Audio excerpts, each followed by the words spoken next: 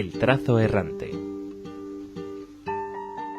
Leer de André Kertész es el libro que nos convoca de nuevo y que nos hace hablar. Es un placer, como siempre, con Julián Rodríguez. Hola, Julián. Hola, ¿qué tal? Este es un libro en coedición.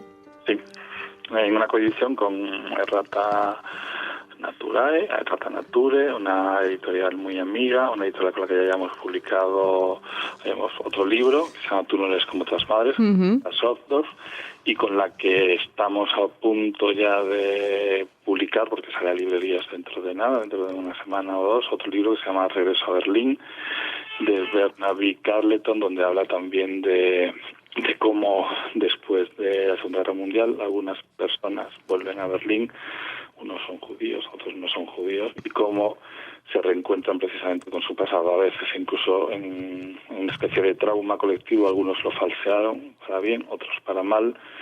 Y bueno, ese es otro libro, digamos, en medio del cual, entre Angelica Softdorf y Bernaby Carleton, hemos publicado este extraordinario Leer, que es un libro que a mí me gusta mucho. Te agradezco mucho la entrevista, porque es un libro que cuando tenía 19 años lo vi por primera vez en Lisboa, la edición original de Kertész de 71, y me pareció una maravilla, y siempre realmente había querido publicarlo, y ahora tengo la suerte de que entre todos, después del éxito de Tú no eres como otras madres, hayamos podido acometer esta empresa, que además va muy bien y casi se va a agotar ya la primera edición, o sea que estamos felices.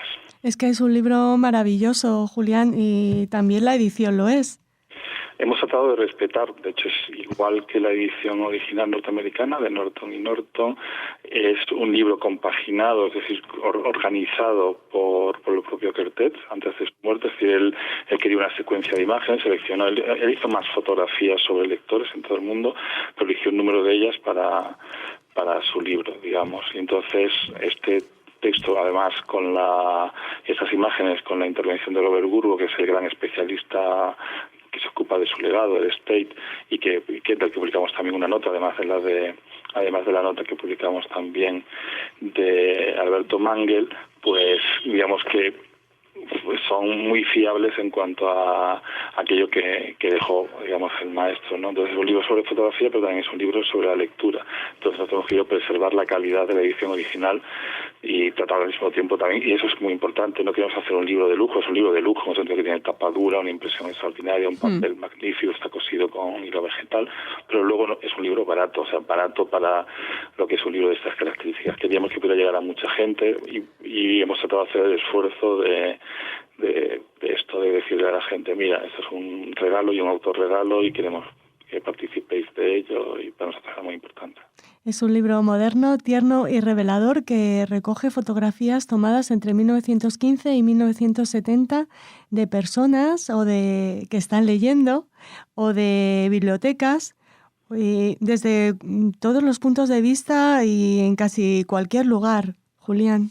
Sí, es un libro que arranca con una fotografía cuando aún era joven Kertész, en Hungría, de unos niños, como fueran mendigos, pero no son mendigos, unos niños en la calle leyendo un libro, y que va recorriendo también el siglo XX y mostrando Japón a París, a Nueva York, mostrando terrazas, azoteas, señoras en su cama, jóvenes enamorados en un parque, ancianos viendo los buquistas del Sena, etcétera, una actriz en el entreacto, digamos, de una obra, etcétera. Es un libro que va contando, que tiene algo de pozo melancólico, que dan también las imágenes en blanco y negro y una época determinada, pero es un libro también que tiene esa especie de defensa de la lectura en cualquier época, que también una especie de retrato de la intimidad y una intimidad compartida. Es un libro que Kertész hizo sin pensar en el libro, es decir, comenzó a hacer sin pensar que esas imágenes formarían un libro, aunque él amaba los libros. Es un libro que pudo hacer porque antes, de repente, durante unos años en los que estuvo ahí preterido, aislado, que su obra apenas se entendía, sin embargo consiguió que se hizo una exposición muy importante retrospectiva en el MoMA a finales de los años 60. Esto hizo que se convirtiera otra vez en un fotógrafo relevante y por tanto alcanzó el lugar que merecía, que era el de maestro pues de otros fotógrafos que me parecen fundamentales, de Robert Capa, Cartier-Bresson o Brassai. Kertész es uno de los 10 fotógrafos importantes del siglo XX y es el maestro de pues casi todos ellos, por muchas cuestiones. Un fotógrafo humilde en apariencia, pero cuya obra se ha ido volviendo más y más importante a lo largo del tiempo. Uh-huh. Ahí, no sé, es emocionante imaginarse al fotógrafo con su cámara buscando o no captar estos momentos relacionados con la lectura. Como nos has escrito algunas fotos, yo me quedo con la de una pareja, solo se ve, solo se le ven las piernas y que van enlazados de la mano, y abajo hay un cuadro que representa a un joven ortodoxo leyendo, ¿no? O sea, son visiones muy, muy, muy originales de cómo leemos, y en el prólogo o en las palabras que os dedica, que están incluidas en la edición de Robert Gourgaud, del experto del que nos hablabas antes, se comenta aquello de que en este momento quizá estas fotos el libro podría lamentablemente en ocasiones sustituirse por un móvil, ¿no? Sí, digamos que ahora es casi más habitual, aunque lo que curiosamente aunque muchas de estas imágenes aparecían en distintas webs, se encontraban en distintos lugares, solo en realidad se pueden ver o el espacio luego es para el papel, es decir, la manera ideal de ver estas imágenes y de conservarlas es en un libro. Entonces eso siempre lo sabía Kertész, aunque él entendía que esas imágenes vendió copias en gelatina, tenían que encontrarse a veces en casas de algún coleccionista o en los museos. Yo las he visto en algunos museos, en exposiciones que han itinerado por todos los Estados Unidos, luego en Europa. Sin embargo, él trabajó mucho en publicaciones en Francia en los años 30, antes de irse debido al nazismo, etcétera, a Estados Unidos, y posteriormente también trabajó con algunas publicaciones, con revistas, en los años 40 y 50. Y él pensaba que algunas imágenes se concebían para ser impresas.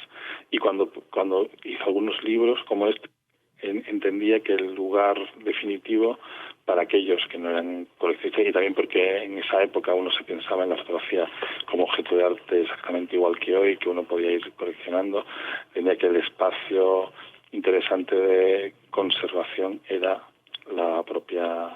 el propio libro, ¿no? Un libro manejable, no le gustan los formatos gigantescos, siempre pensó que hay incluso una edición de este libro, todavía en vida suya, en el 82, creo que es aún más pequeña y es más humilde que hizo Penguin, tiene la tapa blanda, incluye una de las imágenes cambia la imagen de cubierta e incluye una del interior fuera, y pensó que podía ser un libro de una difusión incluso mayoritaria. Entonces entendía que era el modo donde alguien podía encontrarse las fotografías.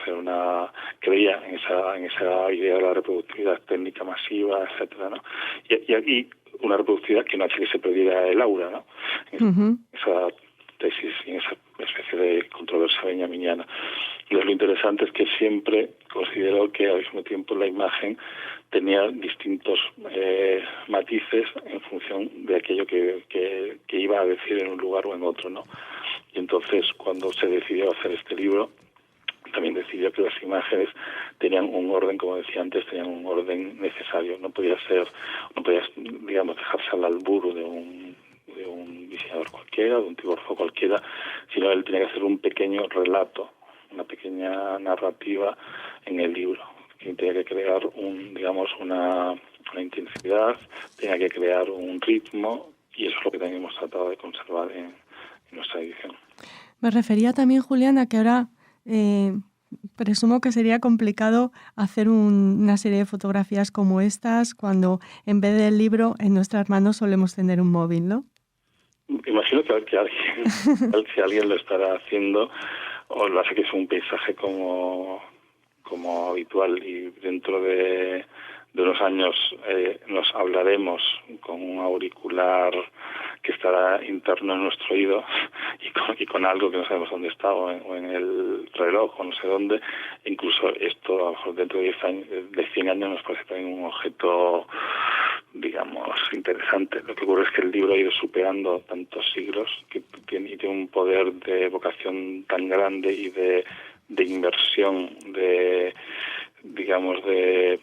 de apartarse del mundo, que es lo que le interesaba a Kertész también, de intimidad, y que es, bueno, como imposible reproducirlo en el presente, ¿no? De otro modo, de hecho ahora hay muchos fotógrafos que han tratado no de imitar a Kertész, de imitar este tipo como de programa, y a veces incluso ahora al visitar muchas librerías hay libreros simpáticos y tal, que a lo largo del tiempo, como sin conocer el libro de Kertész, porque me han empezado hace mucho tiempo, han ido a veces fotografiando a lectores suyos, o han hecho fotografías en casa de otros lectores, o les pedían a sus propios clientes que fotografiaran los momentos de lectura en su hogar, etcétera, ¿no? Entonces digamos que es una idea expandida en la que Kertész es pionero, pero digamos que en ese momento de la lectura se ha reconocido mucha gente, ¿no? Y con un valor que no vamos a encontrar en el del móvil, ¿no? Que nos parece más banal, ¿no? Es muy difícil quedarse con una fotografía. ¿La de la portada era la de la portada del original, de la edición original? Era la portada de la edición, no de la última de Norton, sino de la última que se hizo en vida de Kertész. Uh-huh. La última de Norton había una de un pajarito que hay otra imagen con unas cortinas que se mueven, pero la última que se hizo en vida de Kertész es la que hemos elegido para la cubierta nosotros. ¿Y cuál eliges de todas? Ya sé que es muy difícil, pero ¿con cuál te quedas? Bueno, yo me quedaría con esa. Me gusta mucho porque me parece como evocativa también, porque siempre me parece interesante que en medio de la función, digamos, la función de la vida, alguien tome un libro, no como ahora que tomamos el teléfono, tome un libro y se dedique al libro. Pero me gustan mucho las imágenes que suceden en azoteas. Era un tema que era fascinante, le fascinaba a Kertész. Uh-huh. Tanto las de París, digamos, las mansardas, las guardillas, etcétera, como las que hizo incluso con un teleobjetivo en Estados Unidos, me gustaban mucho, ¿no? Entonces, todas esas que suceden, digamos, en lo alto, me parecen fascinantes. Me parece que cuentan como un relato aún más, no sé, más singular. Entonces, todas esas, se habla de una chica que asoma la pierna y está leyendo en lo alto de la guardilla, o sea, la de alguien que está en una azotea, un hombre, y está leyendo un librote, o la de alguien, todas esas que están como en lo alto de las ciudades, lejos del suelo, me parecen fascinantes. Uh-huh. Lejos del suelo. Y a lo mejor no lo hemos comentado, pero antes al principio hablabas de que es un libro de fotografía, que es un libro de libros, y quizá también un homenaje a su padre, que era librero, ¿no? Sí, y luego, de hecho, cuando hizo su historia de la lectura, el propio Alberto Mangel, para uno de los capítulos, consideró que era fundamental incluir una de estas imágenes. De hecho, le pedimos a Alberto el prólogo porque nos parecía muy interesante. A él ha escrito muchos libros sobre la lectura, las bibliotecas, etcétera. Nos parecía que era cada dirige la biblioteca de Buenos Aires, Argentina. Nos parecía que es alguien, uno de los grandes especialistas en la cultura de todos los tiempos. Nos parecía que era muy importante que, siendo un libro de imágenes, se refiriera tanto a la palabra e interesara tanto a aquellos que hablan de la palabra, ¿no? De la construcción de los libros, etcétera, ¿no? Y curiosamente, siendo dos lenguajes distintos, aquí lo que se revela es esto, ¿no? Entonces, esa especie de profunda conexión cuando no solo se trata cuando la imagen está diciendo muchísimo más, ¿no? Entonces, para nosotros lo interesante también ha sido conseguir que llegue a muchos lectores, y lo interesante ha sido saber que muchos de estos lectores lo han leído como un libro del presente, aunque sea un libro de hace tiempo, y mucha gente ha dicho, estoy leyendo el libro, no estoy viendo el libro, viendo las imágenes, no estoy leyendo el libro, ¿no? Entonces esto es muy interesante, y que la gente vuelva una y otra vez, que lo abra, que vea las imágenes, como que relea lo que está contando cada imagen, que se invente historias a partir de las imágenes, digamos, que de un poder de sugerencia gigantesco. Pues lo que decías antes, nos situamos lejos del suelo con este leer de André Kertész. Muchísimas gracias por hablarnos de él aquí en Radio Sefarad.